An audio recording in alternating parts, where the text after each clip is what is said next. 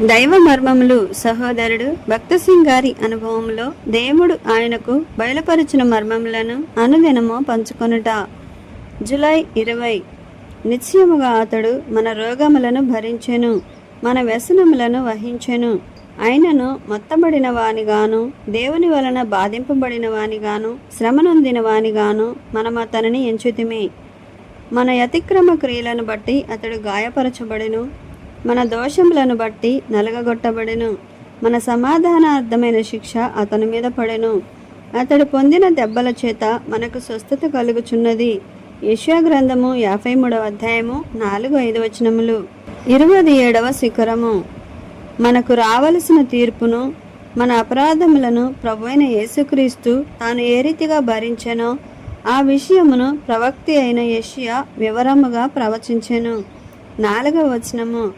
మన పాపపు తలంపులు, మాటలు, క్రియల వలన కలిగిన దుఃఖమును ఆయన సహించెను, వాటి పూర్ణ క్రయమును ఆయన చెల్లించవలసి వచ్చెను. మన పాపపు తలంపుల నిమిత్తము మన ప్రభు అయిన యేసుక్రీస్తు మనకు బదులుగా శ్రమపడెను.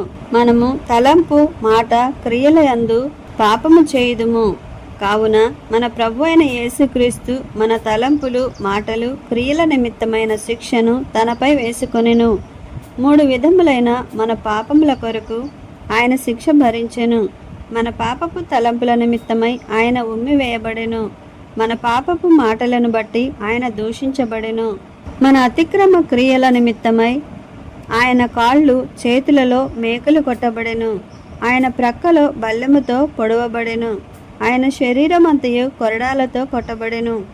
దేవుని ఎదుట మనము సంపూర్ణముగా నీతిమంతులముగాను యథార్థవంతులముగాను చేయబడగలుగునట్లు మన నిమిత్తమై ఆయన ఇవన్నీ సహించెను. దీని వలన దేవుని సన్నిధిలో స్వేచ్ఛ, ధైర్యము కలుగుచున్నవి. మరియు మన పూర్వ పాపములను గూర్చిన జ్ఞాపకము కూడా తుడిచివేయబడుచున్నది. అపవాది పూర్వ పాపములను మనకు జ్ఞాపకము చేయుటకు ప్రయత్నించును. అప్పుడు మనము, ప్రభువా, అపవాది నా గత పాపములను జ్ఞాపకము చేయుచున్నాడు. అయితే ప్రభువా, నా నిమిత్తమై నీవు కొరడాలతో కొట్టబడి ఉన్నావు. నీవు కొరడాలతో కొట్టబడి, బల్లెముతో పొడవబడి, ఉమ్మివేయబడి, నాపైనున్న శిక్షావిధిని తొలగించి నీ నీతిని నాకు అనుగ్రహించితివని చెప్పగలము.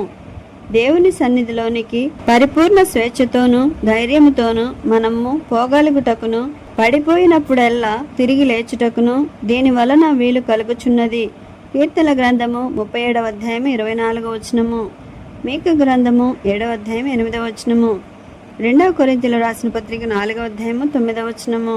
మన పాపములెంత సిగ్గుకరమైనవి, హీన స్థితిలోనికి తెచ్చినవైనను పర్వాలేదు. సామాన్యమైన విశ్వాసముతో ఆయన మన పాప క్షమాపణ నిమిత్తమై చిందించిన రక్తముతో మనలను కడుగుకొని పవిత్రపరచుకొని దేవుని సన్నిధిలో పరిపూర్ణ స్వేచ్ఛను, సంతోషమును అనుభవించవచ్చును.